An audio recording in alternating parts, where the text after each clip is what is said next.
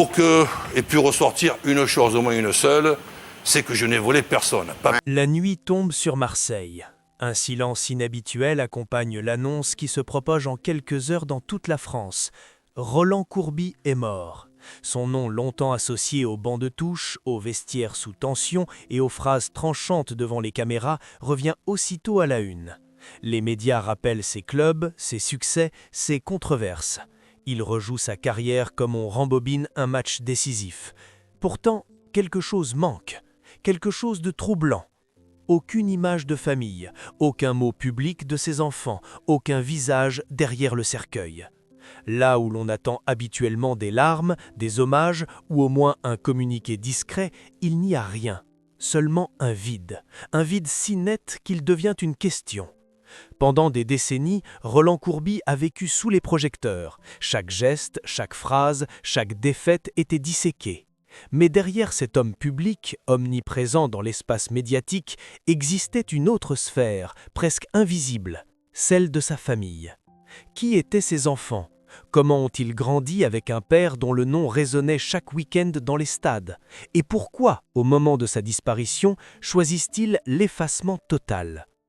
Il existe des héritages faits de trophées et de souvenirs glorieux, et d'autres, plus silencieux, que l'on ne montre jamais. La célébrité protège parfois, elle écrase aussi. Porter un nom légendaire, est-ce une chance ou une charge dont on ne se libère jamais ? La mort de Roland Courbis ne marque peut-être pas la fin d'une histoire, mais le début d'une autre. Une histoire restée dans l'ombre, longtemps tenue à distance des regards, celle d'une famille discrète, façonnée par la gloire d'un père et par le prix intime qu'elle a pu exiger. Bien avant que le silence n'entoure son nom, Roland Courbis était une voix que l'on reconnaissait instantanément. Une silhouette familière sur les bancs de touche. Un entraîneur dont la présence seule suffisait à électriser un stade. Dans le football français, il n'était pas seulement un technicien, il incarnait une époque, un style, une manière d'être au monde. Direct, brut, sans détour. Né à Marseille, ville de contrastes et de passions excessives, Courbis grandit dans un environnement où le football n'est pas un simple sport, mais une culture, presque une langue maternelle. Très tôt, il comprend que le terrain est un espace de pouvoir. On y impose sa vision, on y affirme son autorité. Cette logique ne le quittera jamais. Même lorsqu'il quitte le rôle de joueur pour embrasser celui d'entraîneur, il conserve cette posture, celle d'un homme qui commande, qui tranche, qui assume. Sa carrière prend de l'ampleur dans les années où le football français se professionnalise, se médiatise, se dramatise. Courbis n'est pas l'homme des discours lisses. Il parle comme il vit. Il choque parfois, il divise souvent, mais il existe toujours. Et dans un monde où l'oubli est la pire des sanctions, cette permanence devient une forme de victoire. Sur le banc de l'Olympique de Marseille, puis à Montpellier, Lens ou Lorient, il laisse une empreinte reconnaissable. Les joueurs le décrivent comme exigeant, parfois dur, mais profondément impliqué. Il sait lire les hommes autant que les matchs. Il sait aussi exposer ses choix sans jamais s'excuser. Cette attitude forge sa légende. Elle construit aussi une image publique écrasante. Dans les médias, Roland Courbis devient plus qu'un entraîneur. Il est un personnage. Invité régulier des plateaux télé et radio, il commente le football avec la même intensité qu'il le dirigeait. Sa parole est attendue, parfois redoutée. Elle fait l'audience, elle crée la polémique, elle alimente le débat. Peu à peu, l'homme public prend toute la place. À cette époque, l'image qui circule est celle d'une réussite totale, une carrière dense, une reconnaissance nationale, un nom respecté dans les cercles du football. À l'extérieur, tout semble cohérent, stable, solide. L'idée même d'une faille familiale ne traverse presque jamais l'esprit du public, car rien n'est montré, rien n'est raconté. C'est là que s'installe le paradoxe. Plus la figure de Courbis occupe l'espace médiatique, plus sa sphère privée se contracte. Elle disparaît des récits officiels. Pas de photos de famille en couverture, pas de confidences sur la paternité, pas d'anecdotes attendries sur les enfants. Contrairement à d'autres figures du football français, il ne construit jamais son image autour de la cellule familiale. Ce choix n'est pas anodin. Dans un univers où l'exposition est devenue une monnaie d'échange, Courbis trace une frontière nette. le terrain et les caméras d'un côté, la famille de l'autre. Une ligne invisible, mais rigoureusement respectée. Certains y voient une pudeur, d'autres une stratégie, mais personne ne peut nier le résultat. Ces enfants grandissent hors champ. Pendant que leurs pères enchaînent les conférences de presse, les plateaux de débat, les commentaires passionnés, eux restent absents du récit collectif. Ils ne sont ni mis en avant, ni instrumentalisés. Ils n'héritent pas d'un rôle public par défaut, ils héritent du silence. Pourtant, ce silence cohabite avec un nom lourd de sens. Porter le nom Courbis en France, c'est porter une réputation. Dans certaines villes, ce nom ouvre des portes, dans d'autres, il attire les jugements. Les enfants d'un homme célèbre ne choisissent pas cette situation, ils la reçoivent, et avec elle, les attentes, les comparaisons, parfois les soupçons. À mesure que la carrière de leur père se prolonge, l'écart se creuse entre ce que le public connaît et ce qui reste caché. La gloire devient qu'un mur, elle protège autant qu'elle isole. Derrière ce mur, la vie familiale suit son cours, loin des micros, les joies ordinaires, les tensions aussi peut-être, mais rien ne filtre. Les années passent, Roland Courbis quitte progressivement le banc sans jamais quitter le débat public. Sa voix reste présente, son autorité intacte. Il parle encore de football comme d'un combat, mais son rythme ralentit, sa présence se fait plus espacée. L'homme vieillit, la légende s'installe. Dans cette phase, beaucoup d'anciens sportifs cherchent à transmettre, à raconter, à se livrer davantage. Courbis, lui, reste fidèle à sa ligne. Il parle du jeu, des joueurs, du système, jamais de ses enfants, comme si cette partie de sa vie appartenait à un autre monde, comme si la notoriété s'arrêtait volontairement au seuil de la maison. C'est cette construction qui rend sa disparition si déroutante. Lorsqu'il meurt, le pays du football se tourne naturellement vers ceux qui restent, vers la famille, vers les enfants. Mais ils ne viennent pas, ils ne parlent pas, ils ne se montrent pas. Et soudain, ce qui était perçu comme une simple discrétion devient un mystère. La gloire de Roland Courbis, si éclatante pendant des décennies, laisse derrière elle une zone d'ombre inattendue. Non pas une ombre scandaleuse, mais une ombre humaine, celle de vie façonnée à distance de la célébrité, de trajectoires qui se sont construites sans le regard du public. Cette absence interroge. Était-ce une protection volontaire, une manière de préserver les siens d'un monde violent, ou le signe d'une séparation plus profonde entre l'homme public et le père privé ? La gloire, dans ce cas, n'est plus seulement une réussite, elle devient une force qui redessine les liens. À ce stade de l'histoire, une chose est certaine, la carrière de Roland Courbis a été immense, visible, commentée. Mais son héritage familial, lui, reste largement indéchiffrable, et c'est précisément dans ce contraste que naît la tension centrale de ce récit. Car lorsque les projecteurs s'éteignent, ce ne sont pas les trophées qui parlent, ce sont les silences. Il n'y a pas toujours un scandale, ni un drame spectaculaire pour marquer un basculement. Parfois, la rupture se produit lentement, presque en silence. Dans le cas de Roland Courbis, ce moment charnière ne correspond pas à une seule date, mais à une succession d'événements, de choix et de renoncements qui, mis bout à bout, redessinent toute une vie familiale.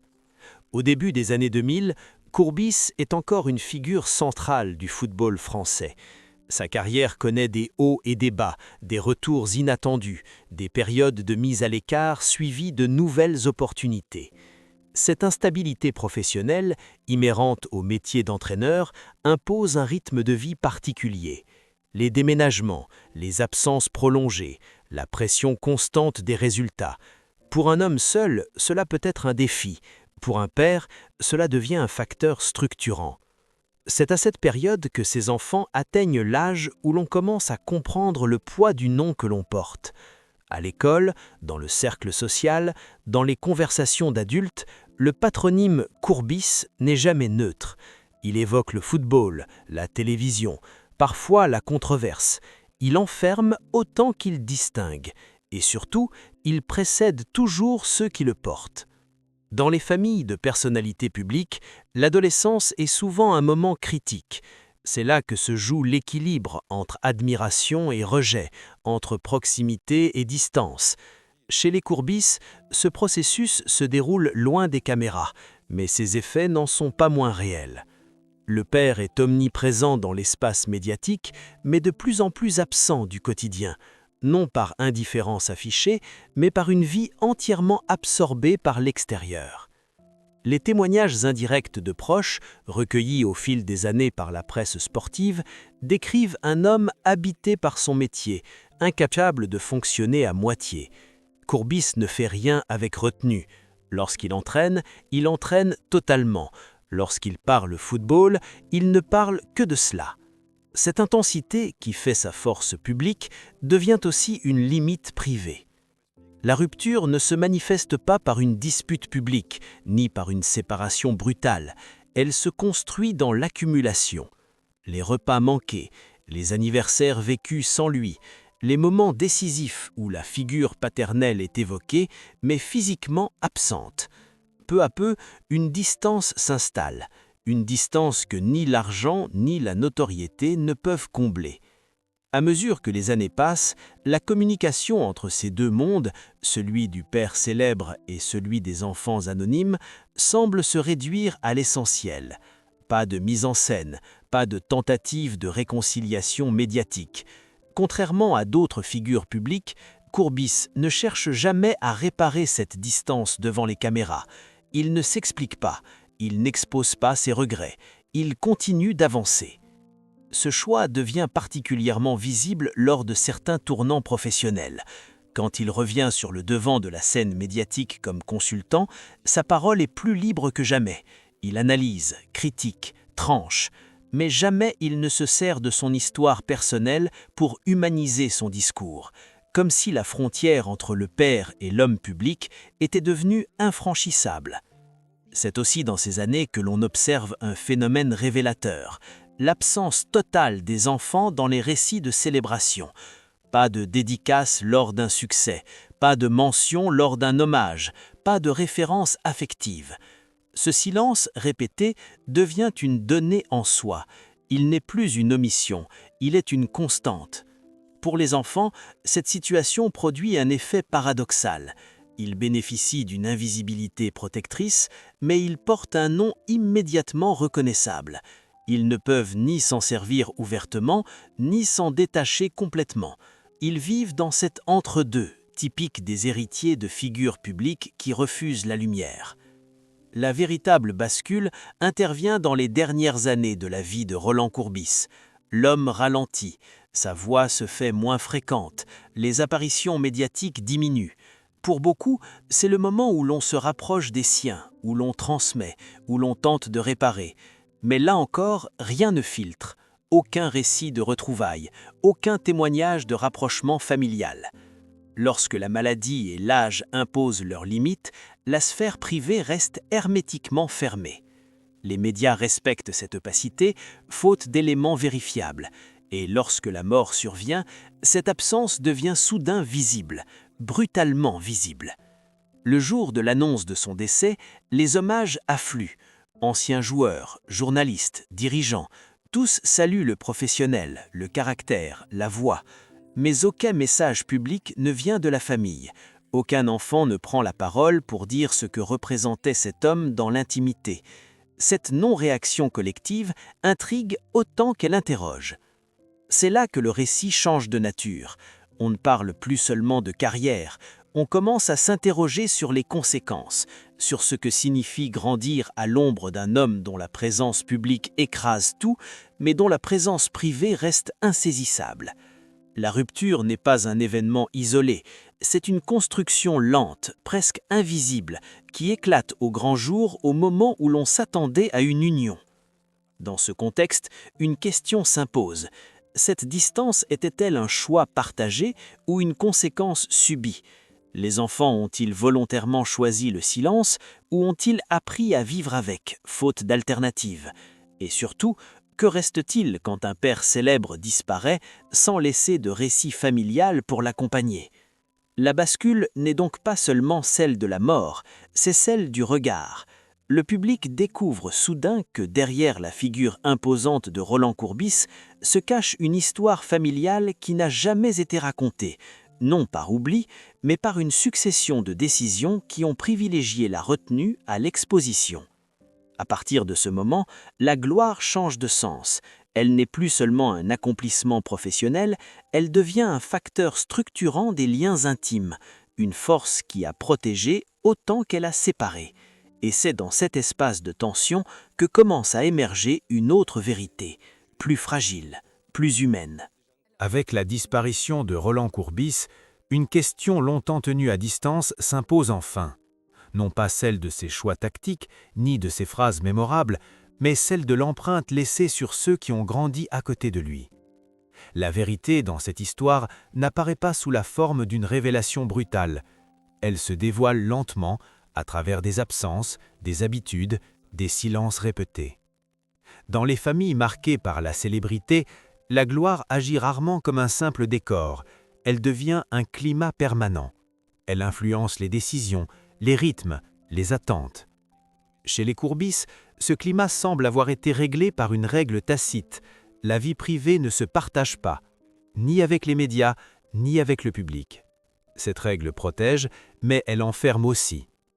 Les enfants de Roland Courbis ont grandi avec un père constamment projeté à l'extérieur, un homme dont l'autorité s'exerçait sur des joueurs, des staffs, des institutions sportives. À la maison, cette autorité changeait forcément de forme. Elle se faisait plus distante, moins visible. Et dans cette distance, chacun apprend à se construire autrement. La vérité profonde tient peut-être dans cette dissociation volontaire. Courbis n'a jamais cherché à transmettre sa notoriété comme un héritage. Il n'a jamais préparé ses enfants à occuper une place publique. Contrairement à d'autres figures du sport, il n'a pas organisé de passage de relais symbolique. Il a laissé ses enfants libres, mais aussi seuls face au poids du nom. Ce choix a des conséquences durables. Grandir dans l'ombre d'un personnage médiatique sans jamais être introduit dans ce monde crée une forme d'ambiguïté identitaire. On porte un nom connu, mais on ne bénéficie d'aucun récit collectif pour l'habiter. On existe en marge d'une histoire qui, pourtant, vous concerne directement. À l'âge adulte, cette situation produit des trajectoires très différentes. Certains enfants de personnalités célèbres cherchent la lumière, parfois pour exister à leur tour. D'autres la fuient résolument. Dans le cas présent, tout indique une fuite consciente, une volonté de ne pas devenir des personnages secondaires dans le récit de leur père, une manière de refuser d'être définis par une carrière qui n'est pas la leur. Cette discrétion n'est pas synonyme d'absence de sentiments, elle révèle plutôt une autre façon de gérer l'héritage. Là où le public attend des mots, des hommages, des larmes visibles, les proches choisissent le retrait. Non pas par froideur, mais par cohérence avec une vie entière passée à préserver l'intime. La vérité, c'est aussi celle d'un homme qui a toujours privilégié l'action à l'introspection publique. Courbis n'était pas un conteur de soi, il ne s'épanchait pas, il analysait, il jugeait, il avançait. Cette posture, constante dans sa carrière, a façonné son rapport à la famille. Les émotions n'étaient pas exposées, elles étaient vécues, puis refermées. Après sa mort, ce mode de fonctionnement persiste. Les enfants ne viennent pas corriger le récit médiatique, ils ne cherchent pas à le compléter. Ils laissent l'image publique suivre son cours, comme si elle appartenait à un autre registre. Leur vérité ne passe pas par les médias, elle se situe ailleurs, dans des espaces que le public ne peut pas atteindre. Cette situation révèle un autre aspect souvent ignoré de la célébrité, la solitude structurelle. Être entouré de regards ne signifie pas être entouré de relations équilibrées. Plus la figure publique est forte, plus l'entourage doit s'adapter. Certains s'effacent pour survivre à cette asymétrie, d'autres s'y perdent. Dans cette famille, l'effacement semble avoir été choisi comme une forme de stabilité. La vérité n'est donc pas un scandale caché, ni un drame spectaculaire. Elle est plus subtile. Elle réside dans le décalage entre ce que la société attend d'une famille célèbre et ce que cette famille accepte de donner. Le public réclame des histoires, les Courbis offrent le silence, et ce silence, loin d'être vide, est chargé de sens. Il dit quelque chose du rapport à la transmission. Transmettre un nom n'est pas transmettre une vie. Transmettre une carrière n'est pas transmettre une présence. La gloire, lorsqu'elle n'est pas accompagnée d'un récit intime partagé, laisse derrière elle des zones blanches, des zones où chacun doit écrire sa propre version, sans guide. Dans cette perspective, la vérité n'apparaît pas comme un jugement sur Roland Courbis, elle ne l'accuse pas, Elle ne l'absout pas, elle constate simplement les effets d'un mode de vie entièrement tourné vers l'extérieur. Les succès professionnels ont été réels, les liens familiaux, eux, ont suivi une autre logique. Une logique de retenue, peut-être de protection, peut-être de renoncement. Ce que la gloire a laissé derrière elle, ce sont donc des individus qui ont appris à vivre sans exposition, qui ont construit leur identité en dehors du récit collectif, qui ont compris très tôt que le silence pouvait être une forme de liberté, mais aussi une forme de solitude. À mesure que le temps passe après la disparition de Courbis, cette vérité s'installe doucement. Elle ne fait pas la une, elle ne provoque pas de débat télévisé, elle s'impose comme une évidence discrète. Derrière chaque figure publique se cache une constellation de vies qui n'ont jamais demandé à être regardées. La gloire a donné à Roland Courbis une place durable dans l'histoire du football français, mais elle n'a pas écrit l'histoire de sa famille. Cette histoire reste fragmentée, volontairement incomplète, et c'est peut-être là que se trouve sa vérité la plus profonde, dans ce refus de transformer l'intime en spectacle, dans cette décision de laisser le passé parler uniquement à ceux qui l'ont vécu. Vous souhaitez maintenant savoir ce que signifie cet héritage à long terme, ce qu'il enseigne sur le prix de la notoriété, et comment cette histoire se referme sans vraiment se conclure. Il y a des histoires qui se ferment avec un point final, et d'autres qui restent ouvertes, non par oubli, mais parce qu'aucune conclusion nette ne peut contenir ce qu'elles disent réellement. L'histoire de la famille Courbis appartient à cette seconde catégorie. Elle ne se termine pas avec la disparition de Roland Courbis, elle commence autrement, dans le silence, dans l'après. Lorsque la figure publique disparaît, ce qui demeure n'est pas seulement une carrière, mais une empreinte diffuse, parfois invisible, qui continue d'agir sur ceux qui restent. Pour les enfants de Courbis, le nom ne s'est pas éteint avec le dernier hommage. Il continue d'exister dans les regards, dans les associations d'idées, dans une mémoire collective à laquelle ils n'ont jamais vraiment participé. Porter un nom célèbre n'est jamais neutre, même lorsque l'on refuse la lumière, même lorsque l'on choisit l'anonymat. Le nom précède toujours la personne, il suggère une histoire avant même que l'on ait parlé. Et ce décalage crée une tension permanente entre ce que l'on est et ce que l'on projette malgré soi. La fin ouverte de ce récit ne propose pas de morale simple, elle n'oppose pas un père absent à des enfants victimes, elle ne glorifie pas non plus la discrétion comme une vertu absolue. Elle pose une question plus dérangeante, plus universelle. Que devient l'intime lorsque toute une vie a été construite sous le regard des autres? Et que reste-t-il à transmettre lorsque l'essentiel n'a jamais été dit publiquement? Dans le cas de Courbis, le choix du silence apparaît rétrospectivement comme un acte fondateur. Il a façonné une famille qui ne s'est jamais définie par la parole médiatique, une famille qui a appris à exister hors du récit dominant. Ce choix a sans doute protégé, il a peut-être aussi isolé, mais il a surtout imposé une règle claire: l'histoire familiale n'appartient pas au public. Cette règle entre en conflit avec les attentes contemporaines. Aujourd'hui, la société réclame des confessions, des récits personnels, des vérités mises en scène. Le silence est souvent interprété comme un malaise, une faute ou un secret inavouable. Or, dans cette histoire, le silence ne cache rien de spectaculaire. Il révèle une autre façon de vivre le deuil et l'héritage. Après la mort de Roland Courbis, les médias ont cherché des visages, des mots, des réactions. Ils n'ont trouvé que l'absence. Et cette absence a parlé plus fort que n'importe quel discours. Elle a rappelé une vérité que l'on oublie trop souvent. Les proches d'une figure publique ne sont pas tenus de prolonger le spectacle. Le prix du nom Courbis ne se mesure donc pas en argent ni en reconnaissance. Il se mesure en distance. Distance entre le père et ses enfants, distance entre la carrière et la maison, distance entre ce que l'on montre et ce que l'on garde. Ce prix est invisible, mais il est constant. Avec le temps, cette distance devient un espace de reconstruction. Les enfants ne sont plus définis uniquement comme les enfants de. Ils deviennent des individus à part entière, précisément parce qu'ils n'ont jamais été exposés. Leur trajectoire échappe au jugement collectif. Elle se développe dans une normalité rare pour une famille associée à une figure nationale. La fin ouverte de ce récit invite donc à une réflexion plus large. La célébrité est-elle compatible avec une transmission apaisée ? Peut-on être pleinement présent dans l'espace public sans s'absenter de l'espace privé ? Et surtout, a-t-on le droit de refuser l'héritage symbolique que la société impose aux enfants des célèbres? Dans ce récit, personne ne revendique, personne ne conteste, il n'y a pas de règlement de compte, seulement une continuité silencieuse, une manière de dire que tout ne doit pas être raconté pour être réel, que certaines vérités ne gagnent rien à être exposées. La figure de Roland Courbis restera associée au football français.